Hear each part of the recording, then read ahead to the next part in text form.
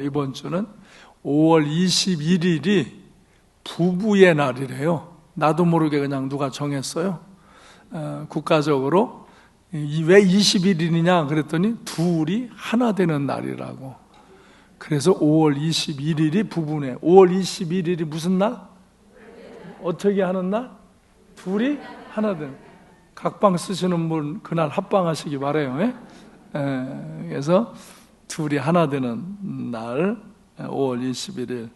그래서 오늘 부부간에 존중하고 사랑하라 하는 말씀을 전하도록 하겠어요. 가정은 부부가 형성이 되어지면서 이루어지는 것입니다. 남자와 여자가 만나 사랑하고 부부가 되는 것은 하나님의 섭리고 인간에게 주신 하나님의 은총이고 축복입니다. 그래서 창세기 1장 27절 28절에 보면 하나님은 남자와 여자를 창조하셨어요. 분명하게 남자 여자 분명해요. XX, XY 염색체 세포가 달라요. 몸을 수술하고 성계를 어쩌고 저쩌고 아무리 해도 남자는 남자 여자는 여자예요. 그것을 영리로 바꾸는 것은요 하나님의 축복을 저주로 바꾸는 거예요. 그건 못 바꾸는 거예요. 바꿀 수가 없어요. 모양은 자기네들이 바꿔도 염색체를 바꿀 수가 없는 거예요. 여자는 여자고 남자는 남자예요. 하나님 그리 창조하셨다니까요. 그리고 이들이 부부가 되라고 하시고, 그래서 이들이 생육하고 번성하게 하시고, 땅에 충만하라, 땅을 정복하라, 바다의 물고기나 하늘의 새나 땅의 모든 생물을 다스리라. 인간은 생육하고 번성하고 다스리며 살라고 그렇게 축복하셨어요. 그래서 창세기 2장 24절로 25절에 보면 남자와 여자를 지으셨는데 바로 남자가 부모를 떠나서 아내와 둘이 한 몸이 되라. 그래서 아담과 그의 아내 두 사람이 벌거벗었으나 부끄러워하지 않아요.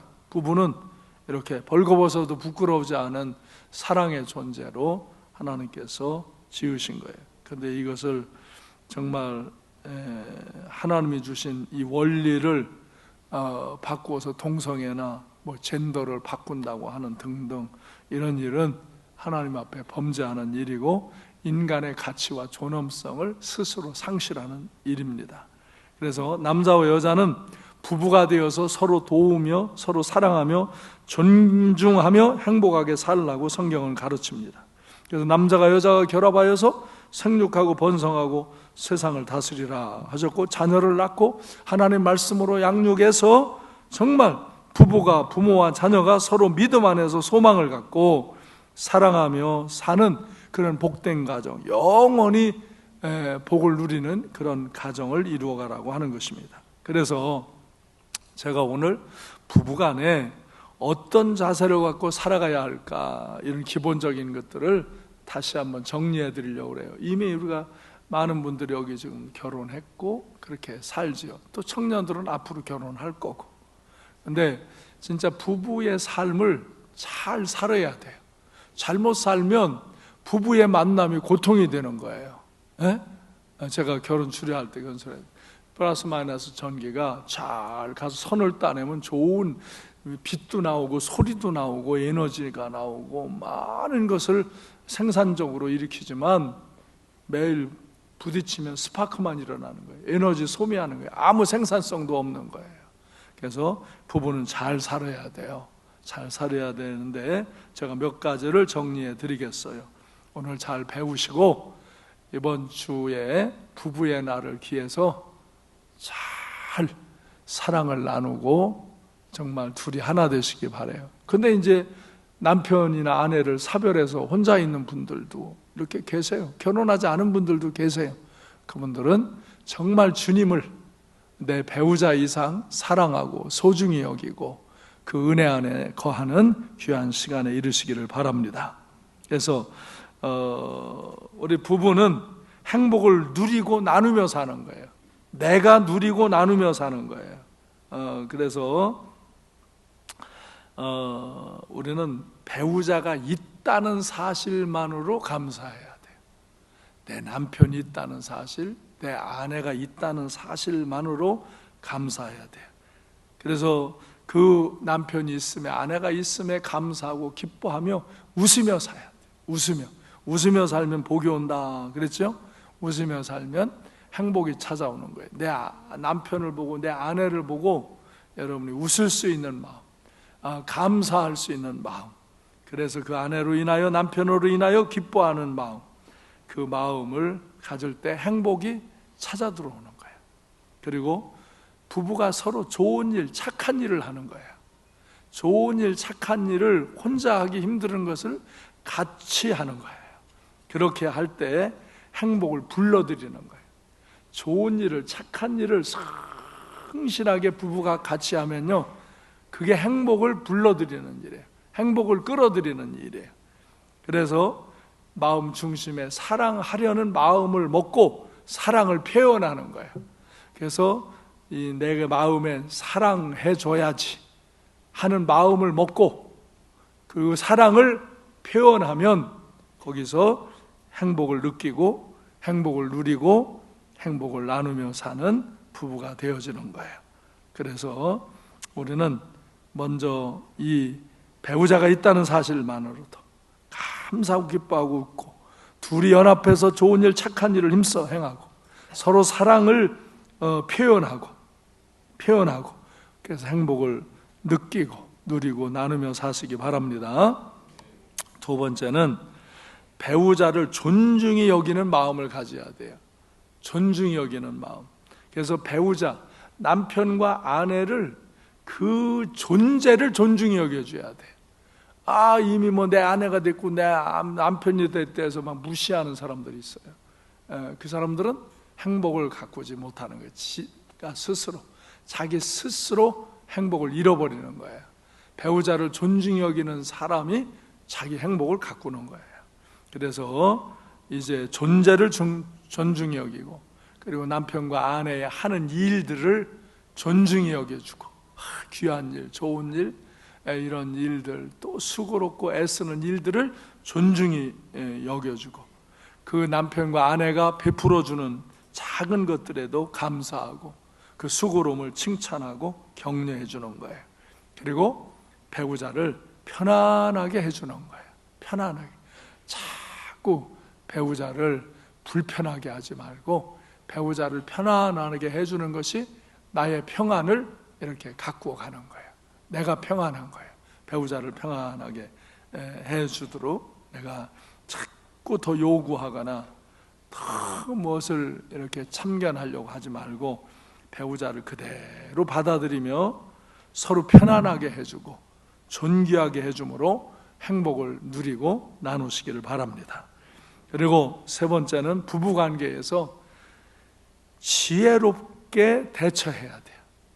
부부는 남남이 만나서 사랑으로 가꾸어가며 사는 거기 때문에 이게 하루아침에 어떤 결실이 되는 게 아니에요. 그래서 사건과 여러 가지 문제가 나타날 수 있어요. 다름이 나타날 수 있어요. 그래서 그걸 지혜롭게 잘 처리해야 돼. 그래서 이 지혜롭게 처리할 때 먼저 배우자에게 완벽한 사랑과 완벽한 행복을 요구하는 마음을 버려야 돼요, 여러분. 되게 너무 사랑한다고 하면서 막 이 젊은 애들 보면 TV도 나와서 그냥 사랑을 막 대단히 막 하는데 어느 날 보면 갈라져. 왜 그래? 지나치게 기대하는 거예요. 지나치게 행복을 완벽하게 그 배우자를 통해서 추구하려고 그러는 거예요. 그런 배우자는 없어요. 그런 배우자는 천사니까 하늘에 가셔야 돼요. 그런 배우자는 없어요. 사람은 자기가 할 수 있는 것만큼밖에 못하는 거예요. 그래서 다른 사람이 나를 아무리 그가 좋은 사람이고 완벽한 사람이라도 나를 다 채워줄 수 있는 사람은 없다는 걸 기억하시고, 여러분 완벽한 사랑, 완벽한 행복을 배우자를 통해서 얻으려고 그렇게 기대지 마시기를 바라요. 그래서 우리가 행복은 스스로 갖고 가는 거예요. 행복은 내가 갖고 가, 내 행복은 내가 갖고 가는 거예요. 그 남편이나 아내는 조금 도움이 되는 거예요. 조금 도움이 되는데 어느 때는 조금 거침이 되기도 하는 거예요. 그래서 이 지혜롭게 지나친 기대, 완전한 기대를 버려야 되는 것이고요. 그럼 그걸 사랑하지 말라는 게 아니잖아요. 지나치게 기대하지 말라. 완벽한 걸 기대하지. 그래서 뭐가 완벽하게 안 된다고 불평 원망하지 말라 이거예요. 그건 어리석은 짓이라 이거예요. 그 다음에 두 사람이 동시에 주장하거나 화내지 말아야 되는 거예요. 이제 어떤 일을 하다 보면 주장을 하게 되죠. 근데 배우자가 이런 주장을 하는데 거기다 나 그건 아니라고, 안 맞다고, 난 이렇다고 그렇게 주장하지 말라 이거예요. 또 배우자가 할 때 무슨 일에 좀 흥분하고 화가 났으면은 왜 화내냐고, 그렇게 화내면 되냐고 이러지 말라. 그렇게 하기 때문에 그게 싸움이 되는 거예요. 화도 날 수 있고 주장을 할 수도 있다 이거예요, 살아가면서. 근데 둘이 부딪히는 시간에 하지 말고 좀 이제 한 템포 물러서서 대처하고, 져주는 게 이기는, 자같이 지는 게 이기는 거다. 나중에는 다 안다. 나중에는 다 알아요. 그래서 한 템포만 늦추면 돼요. 그때 막 따지고 말하고 싶은데 그냥 그때 가만히 있어요. 그냥 성질 내면 성질 내게 가만 두어요. 지가 하다가 지랄하다가 말아요, 사람은. 근데 그거를 같이 대들으니까 싸움이 되고 문제가 되는 거예요. 그래서 지혜로워야 돼. 지혜로워야 돼요. 지혜로워야 돼요. 한 템포 늦추고 좀 져줄 마음 여유도 갖고, 그리고 나중에는 다 확인되고 아는 거예요. 그래서 지혜롭게 대처해야 돼요. 또 배우자의 약점을 고치려고 지적질하지 말라는 거예요. 제가 아들, 딸 기를 때도 마찬가지라고 그랬잖아요. 사람은 단점을 지적해서 약점을 공격해서 고치는 일은 없어요. 못 고치는 거예요. 좋은 점, 장점을 보고 긍정적으로 생각하며 살아가야 돼요. 그래서 자꾸 약점만을 보고 그것만 고치면 될 텐데, 당신 이것만 고치면 괜찮은데 그거 고치면 너하고 안 만나지. 그거를 고치려고 만난 거지. 그걸 고치려고 당신하고 만난 거야. 근데 그걸 자꾸 고치려고, 저 인간은 나하고 안 맞아. 진짜 평생 연분이 아니라 평생 왼수야. 그러고서 스스로 자꾸 약점을 보고 단점을 보고 그걸 찌르고 고통하면 자기도 괴롭지만 상대도 괴롭히는 거예요. 사람의 장점과 이 좋은 점을 긍정적으로 보고서 이 배우자를 이렇게 긍정적으로 좋은 것을 보고 행복을 누리고 나누시기를 바랍니다. 그리고 이거 이제 조심해야 할 건데, 과거의 아픈 것을 반복 들춰내지 말라. 이게 한두 번 잘못했을 때 한두 번 얘기하면 그걸 인정하고 받아들이지만 3번 이상만 하면 또 병이 돋네. 그래요. 또 병. 하나도 안 들리는 거야. 3번 이상 잘못한 것을 반복 말하면 잘못했다는 미안한 마음이 없어지는 거야. 어째 여기 아멘도 안 할까?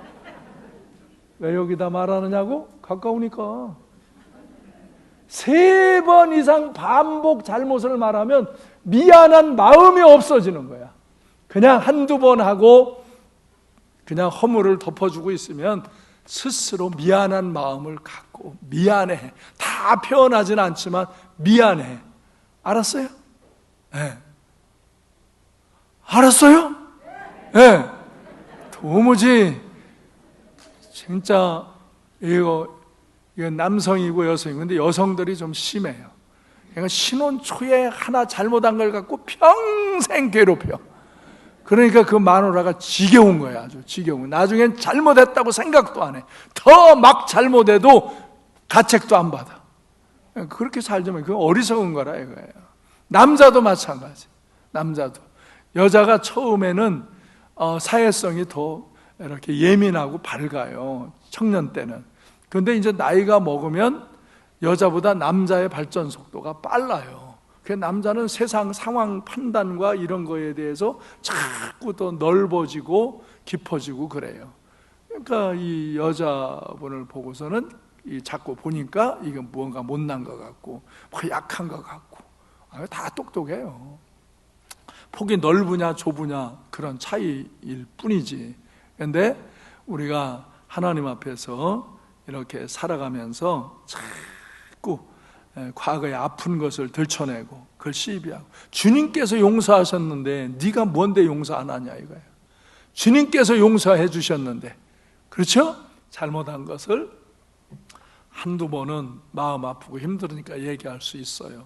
그러면 또 잘못한 사람은 그냥 받아들이고, 아 그래서 마음 아팠구나, 그럴 수 있겠구나 하고 미안하다고 I'm sorry 하고, 변명하지 말고 I'm sorry, 미안하다 하고, 그리고는 부부는 허물을 덮어주며 사는 거지 허물을 들춰내주면서.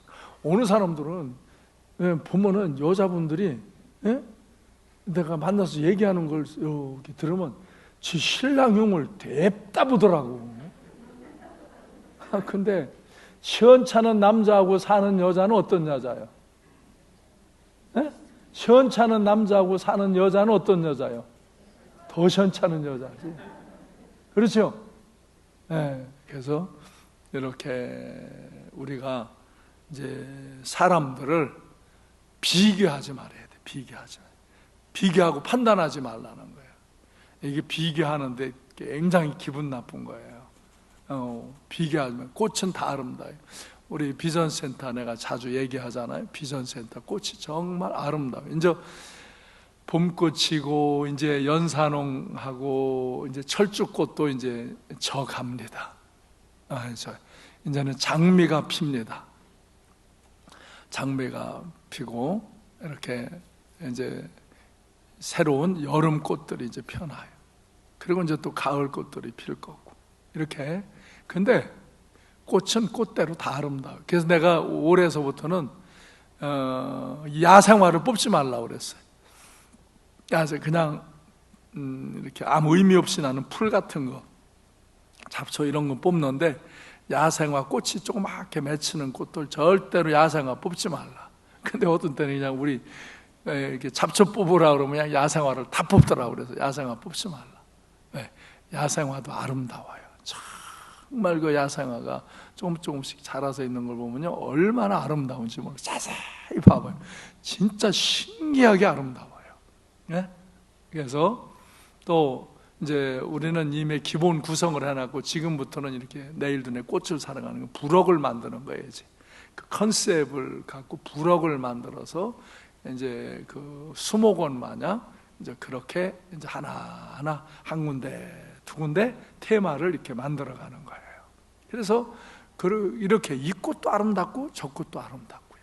봄의 꽃도 아름답고 여름의 꽃도 아름답고 가을의 꽃도 아름답고요. 또 겨울에 꽃과 같이 맺어 있는 빨간 열매들도 얼마나 아름다운지 몰라요. 사람은 하나님이 다 아름답게 만드신 거예요. 우리가 보면 그 사람이 민주주의로 생겼어도 다 하나님은 그대로 아름답게 보시는 거예요. 그렇죠? 하나님이 아름답게 만드셨는데 누가 비교를 하나 이거예요. 때로는 약해 보이는 꽃도 있고 아주 좋아 보이는 꽃도 있고 다양하지만 그 꽃들이 다 아름다워요. 그래서 우리가 사람은 그렇게 하나님이 꽃과 같이 아름답게 만드신 거예요. 다 다양하게, 하나도 똑같지 않게. 그래서 비교하지 마시고, 누구네는 이렇고 누구네는 저렇고 비교하지 말고, 정말 여러분이 남편과 아내를 존중히 여기고 사랑하는 마음을 가지며 행복하게 사시길 바랍니다. 그래서 이제 성경에서 가르쳐주는 말씀을 이제 나누면서 말씀을 정리해 갑니다. 에베소 5장 22절로 24절에 보면은, 아내들이여 자기 남편에게 복종하기를 주께 하더라라. 이는 남편이 아내의 머리됨이 그리스도께서 교회의 머리됨과 같음이니 그가 바로 몸의 구주시니라. 그러므로 교회가 그리스도에게 하듯 아내들도 범사에 자기 남편에게 복종하라. 아내여 남편에게 뭐하라? 복종하라고. 복종하라. 이거 아내들이 별로 요즘 세상에 하기 그렇게 쉽지 않은 거죠. 그렇죠? 아내들 어떻게 남편에게 잘 복종하십니까? 잘 복종하십니까? 자신 있게 아멘 하십니까? 남편에게 복종하라고 성경은. 어떻게?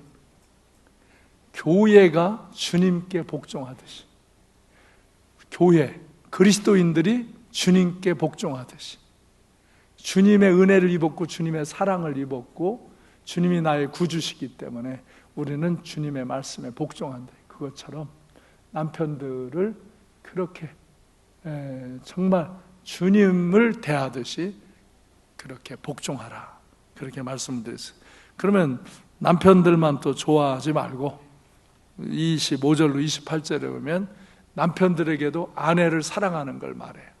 남편들 아내 사랑하기를 그리스도께서 교회를 사랑하시고 그 교회를 위하여 자신을 주심과 같이 그렇게 사랑하라. 이는 곧 물로 씻어 말씀으로 깨끗하게 하사 거룩하게 하시고 자기 앞에 영광스러운 교회로 세우사 티나 주름 잡힌 것이나 이런 것들이 없이 거룩하고 흠이 없게 하려 합니다. 이렇게 이와 같이 남편들도 자기 아내 사랑하기를 자기 자신과 같이 할지니 자기 아내를 사랑하는 자는 자기를 사랑하는 것이다. 아멘? 이렇게 사랑하라. 이게 어떻게? 남편들이 아내를 사랑하는데 예수님이 그 몸을 희생하시면서 우리 교회를, 우리 그리스도인들을 사랑하시고 구원하셔서 교회를 세우심과 같이, 그래서 그 아내를 깨끗하고 정결하게 정말 거룩하게 영광스러운 존재로 세우려는 그런 교회를 세우시는 주님의 마음을 갖고 내 아내를 그렇게 영광스러운 존재로 깨끗하고 순전하게 그렇게 아내를 사랑해 주라 이거예요. 아멘?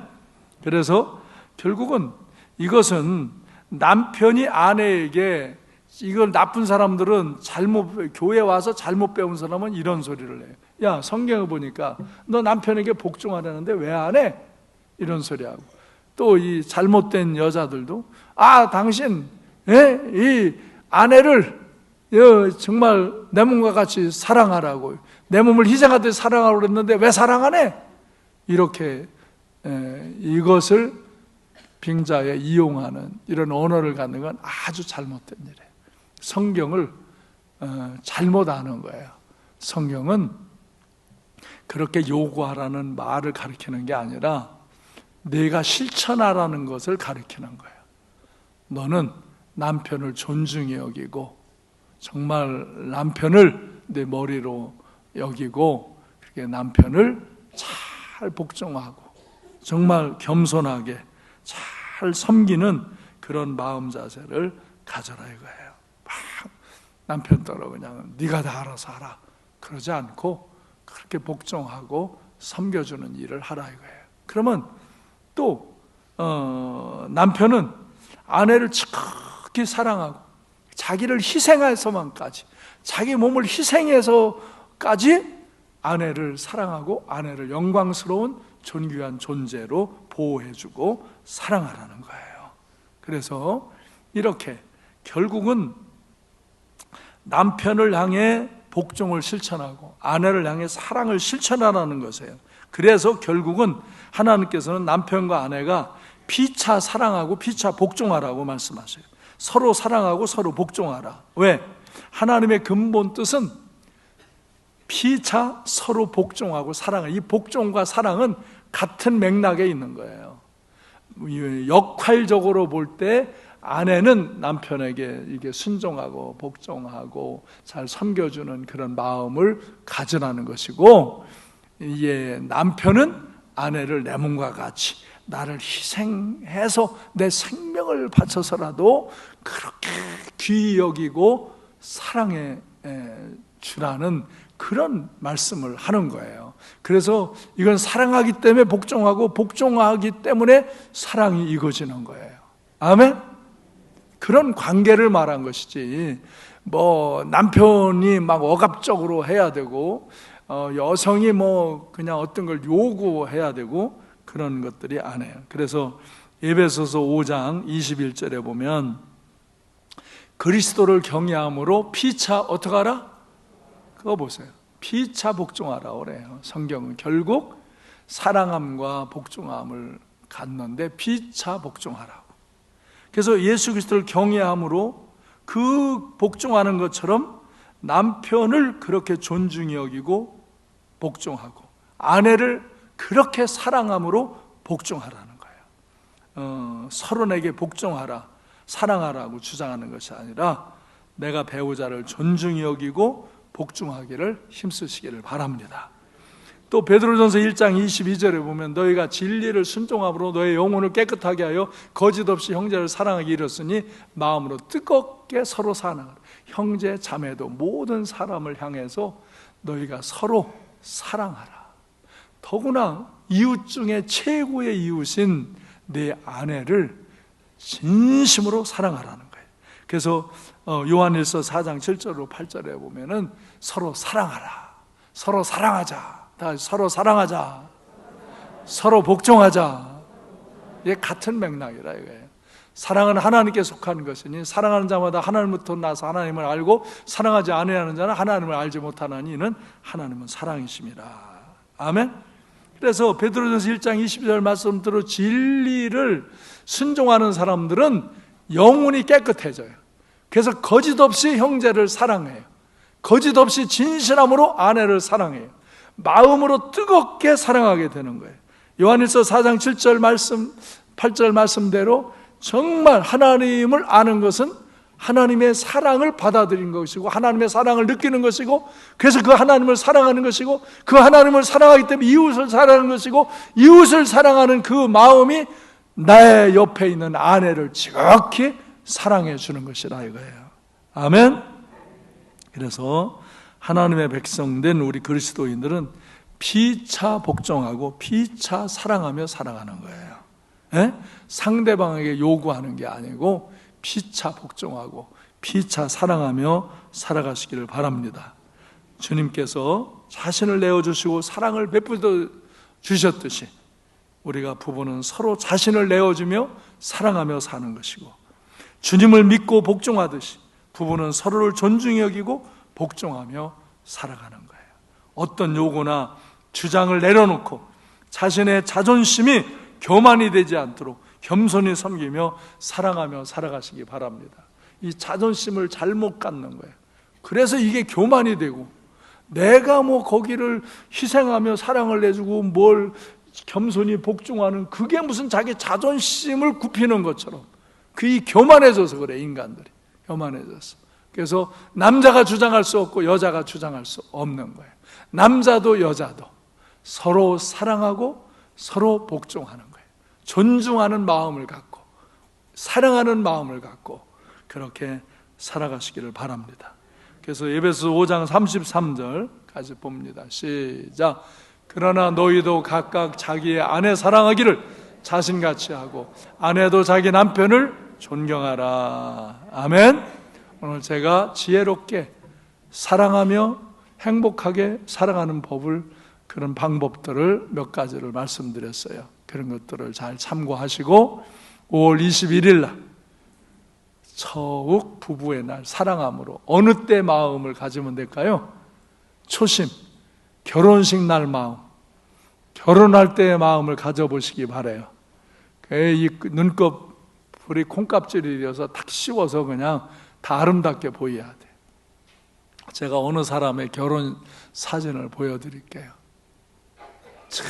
두 사람이 저렇게 결혼했어요.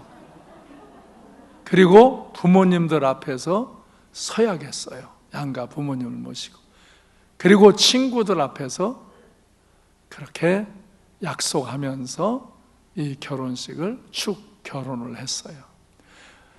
우리 어머니가 이 사진을 보시면 항상 우와, 모든 친구들 중에 목사님이 제일 잘생겼네. 항상 그러시고 모든 여자 친구들 중에 사모님이 제일 잘생겼네. 아니 그날 신부와 신랑이 제일 잘생겨야지 신랑과 신부보다 더 잘생긴 사람은 결혼식에 오지 말아야 되는 거야.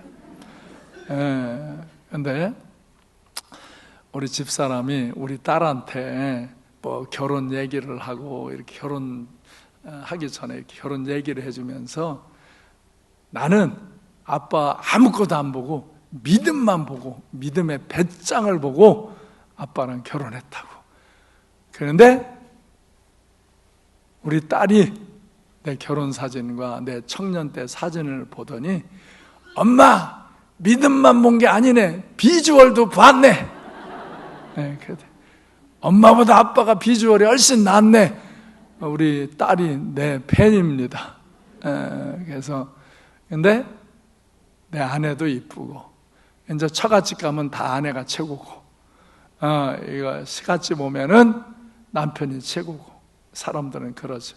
근데 다 최고죠. 여러분, 결혼할 때 이 마음, 이 초심을 다시 한번 여러분 마음속에 심어보시기를 바라요.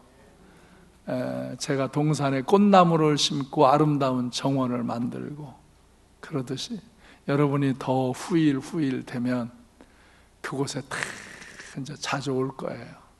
와서 쉬고 하고, 이제 거기도 그래서 2층 이제 식당도 카페와 베이커리 카페를 만들려고 그래요.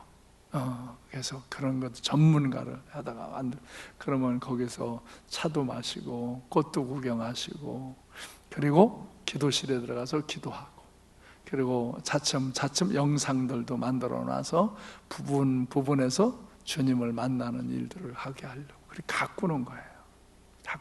사람들은 금방은 몰라요. 못 알아들어요. 목사님이 왜 저렇게 꽃을 심고 나무를 심고 왜 저렇게 기도실을 짓고 왜 저렇게 하나. 근데 나중에는 알아요. 그때 내가 없어지면은 고마워할 거예요. 사람들은 그렇더라고요. 그래서 그래도 가꾸는 거예요, 여러분. 정말 여러분의 인생을, 여러분의 가정이 하나님이 주신 정원이에요. 그 정원에 아름다운 사랑의 꽃나무를 이번 주간에 심으시기를 바라요. 그래서 결혼할 때 초심의 마음을 회복하시고, 여러분 마음속에 부부간에 존중하고 사랑하는 마음을 갖고, 그렇게 여러분들이 좋은 부부의 삶을 가지시고, 여기 배우자가 안 계신 분들은 주님을 더 깊이 사모하고 사랑하심으로 여러분이 그런 사랑과 복종의 관계를 주님과 관계 속에서 간직함으로 은혜 안에서 승리 생활하시기를 바라요. 기도하겠습니다.